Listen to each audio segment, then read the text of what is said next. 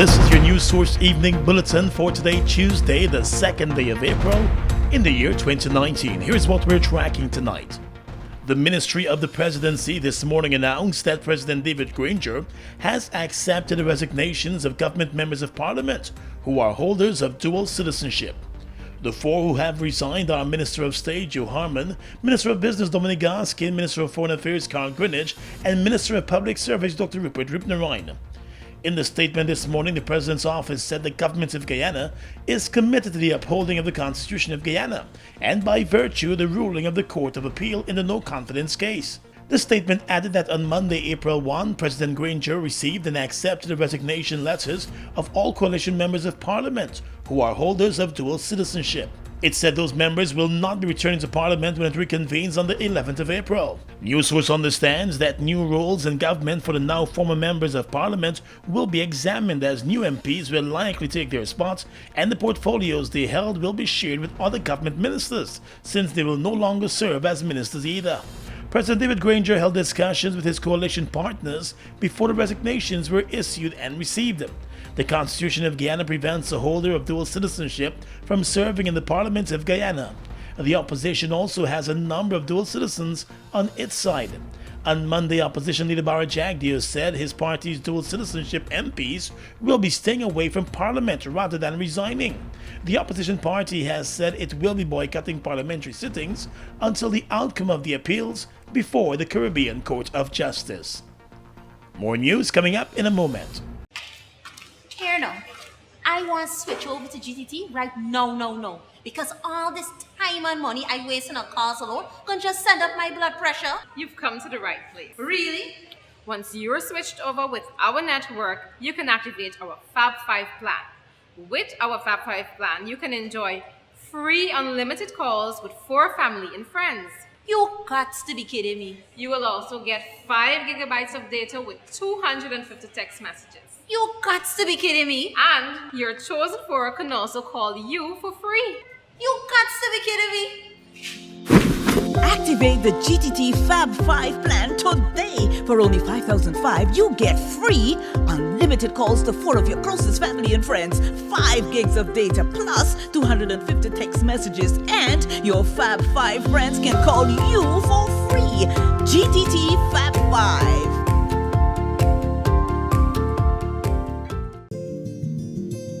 GBTI is your Guyanese bank, a bank that understands every customer's unique needs, opportunities, challenges, and financial concerns.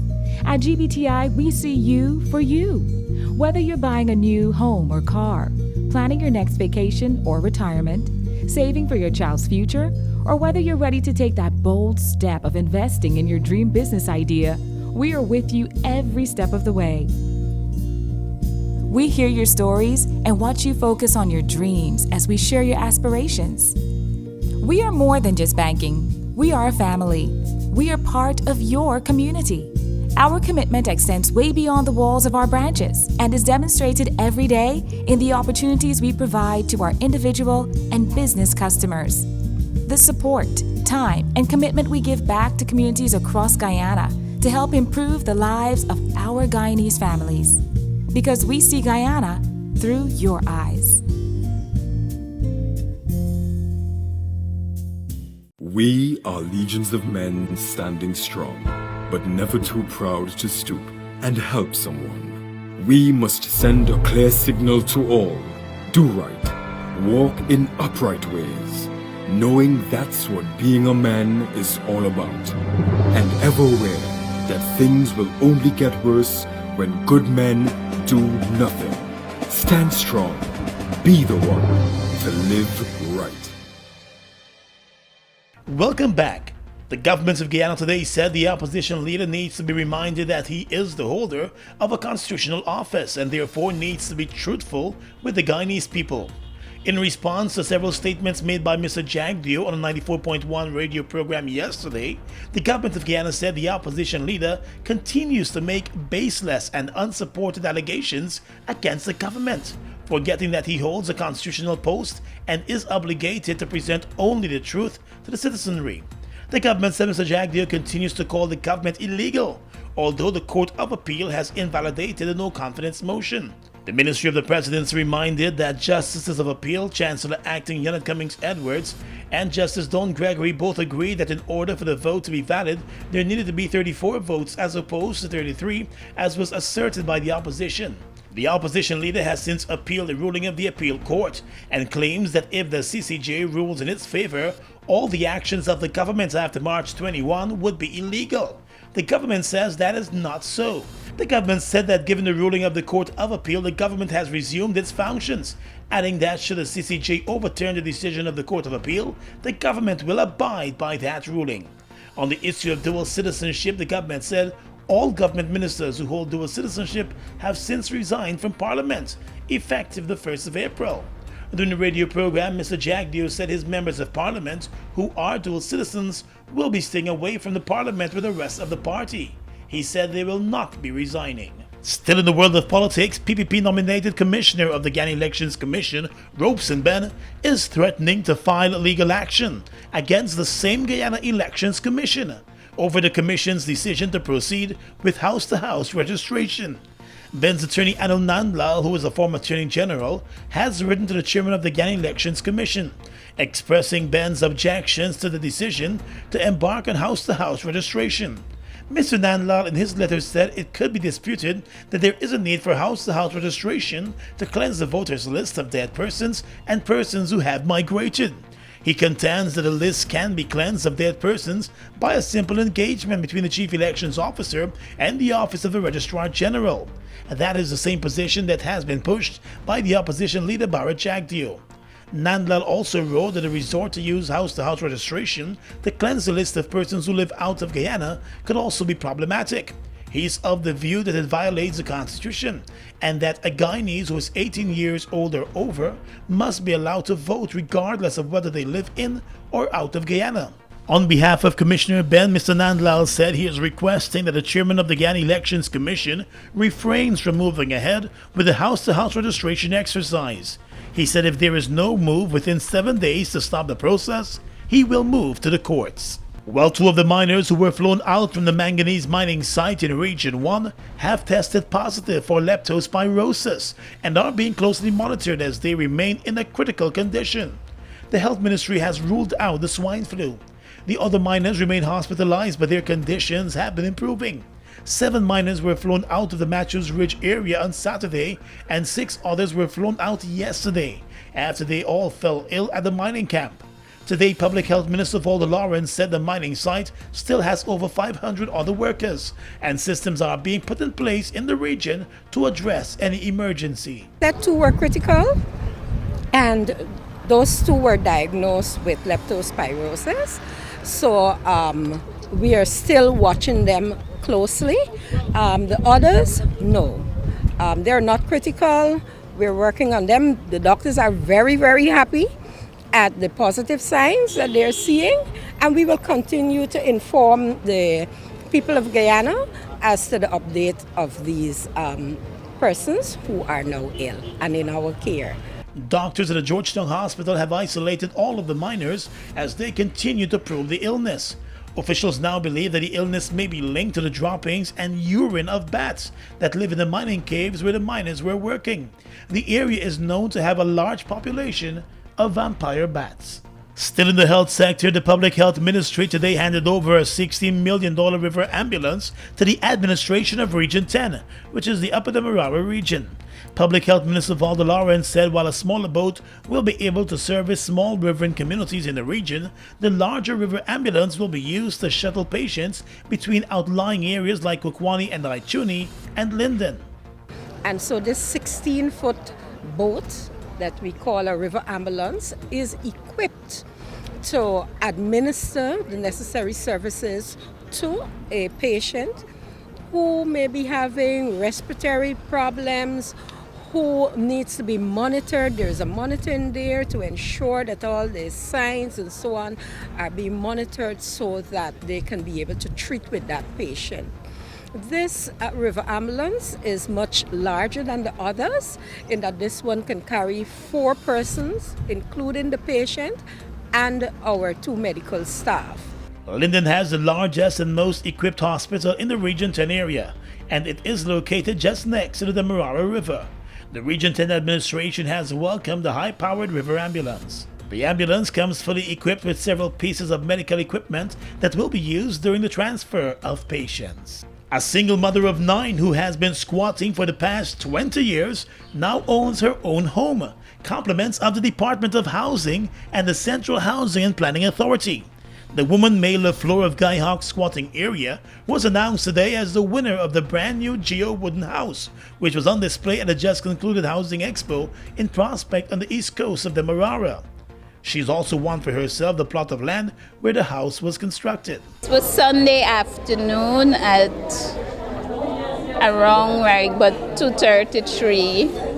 Me and my girlfriends, we were up there and we walked the houses, and then I come back and I fill out the coupon and go up to the girls and then fill out the coupon, and we sit a while and then we leave. Well, I told my sons I wanted to move from where I'm living badly, so I think I'll move and go into my new home. Minister Valerie Yearwood explained that the total cost of the house is $4 million, and the government was pleased that the house has fallen into the hands of someone who really needs it. When we planned to put the house up as a prize for the exhibition, we were all hoping and praying that it lands in the hand of somebody who really need a house. The coalition government is currently developing a low-cost housing initiative in the Prospect community on the east bank of the Demerara. Over the weekend, several model houses were displayed by government and private contractors. Some tragic news to report now. 2 young Lindeners who got engaged just last year became the country's latest road accident victims last evening when they were hit down then ran over by a speeding 4x4 vehicle on the Amelia's Water Road in Linden. Dead are 23-year-old O'Neill DeYoung and 20-year-old Shishaika Etienne. Reports out of the mining town of Linden stated the two were heading home on the motorcycle being driven by DeYoung just after 8 o'clock last night, when a speeding 4x4 vehicle which was heading in the opposite direction slammed into them as it made a sudden turn into the Amelia's Ward Old Bus Shed Road. The young woman, Shishaika Etienne, was a registered nurse who had just completed her shift. The boyfriend, O'Neill DeYoung, worked as a driver for the Bauxite Pensioners Association. Family members of the two gathered at the scene and cried uncontrollably after spotting the bodies. Both died on the spot as their heads were smashed by the vehicle and pinned onto the roadway. The driver of the vehicle was taken into custody as the probe begins into the fatal accident. Let's tell you now that investigators attached to the police force's narcotics branch are questioning a 24-year-old West Coast Berbice woman after she was busted with just over 10 pounds of cocaine at the Cheddi-Jagan airport yesterday. According to a police statement, the drug trafficking suspect was an outgoing passenger at the airport when the large quantity of cocaine was found concealed in her luggage. There are reports that the cocaine was hidden in books in the woman's suitcases, and her name has been given as Rena Devi Jaggernaut. The investigations are ongoing and other suspects are being sought.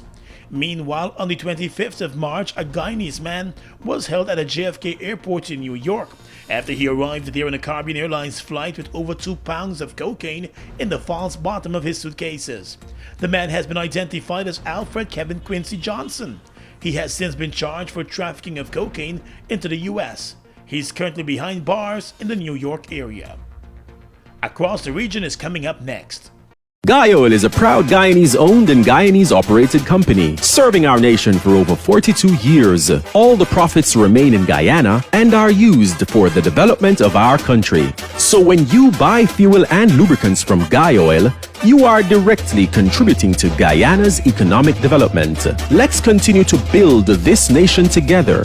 Fuel up and drive with Super 95 from Guyoil. Fuel it up and drive! Guyana, for the first time ever, 2 heavyweights in the music industry on one night, on one stage.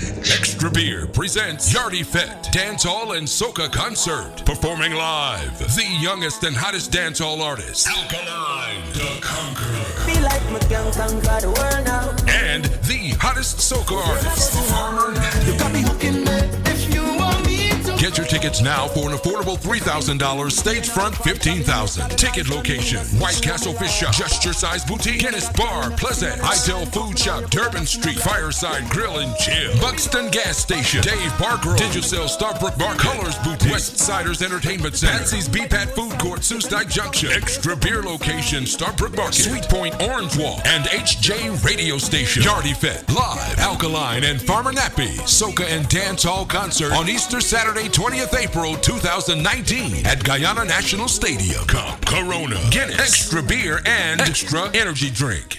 Across the region right now, the United States says Barbados has made limited progress improving its anti-money laundering regime, even though the island is in the process of completing a more comprehensive national risk assessment. The U.S. State Department, in its 2019 International Narcotics Control Strategy Report, noted that the island had also completed an initial risk assessment identifying drug trafficking as the main source of money laundering in Barbados.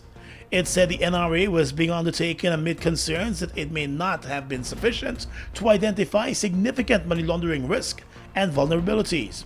The report notes that Barbados reports the major source of illicit funds is drug trafficking, and the national measures taken to address this risk include targeted controls at the points of entry, increases in maritime patrols in the waters around the island, and the use of intelligence by competent authorities. In Haiti, the opposition political parties, which have been staging street demonstrations demanding the removal of the president, have refused to hold talks with him.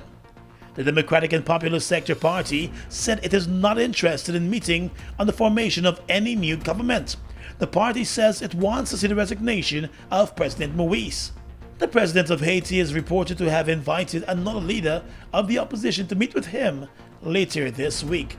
Last month, the Haitian president announced the appointment of Jean-Michel Lapine as the interim prime minister, after the Chamber of Deputies voted by a wide margin to remove the then Prime Minister Jean-Henri Sillont.